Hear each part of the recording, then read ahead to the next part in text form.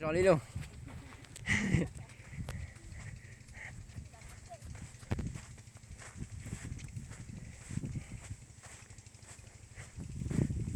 Nói chưa hết chữ đi rồi.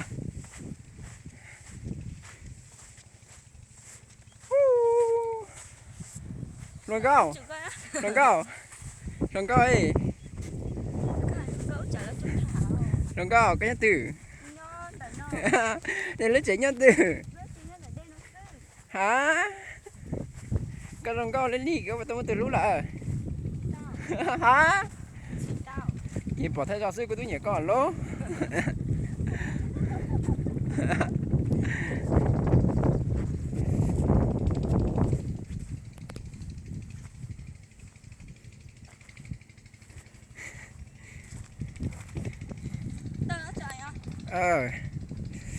Đừng có lên để thay cho nó nè. Chứ mà đã có nút đây rồi.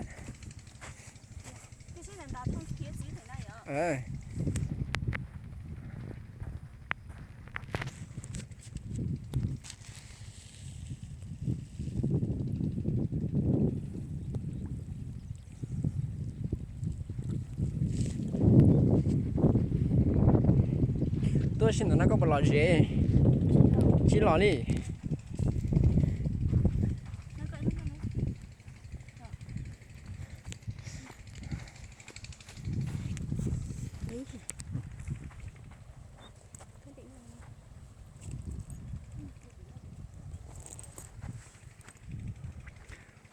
Chúng có ta thì ơn đợi tôi đây nó này. Đây giờ xin thường là nó đinh thường là thì tiếc luôn đó này, đinh thường là nó đó không có ơi.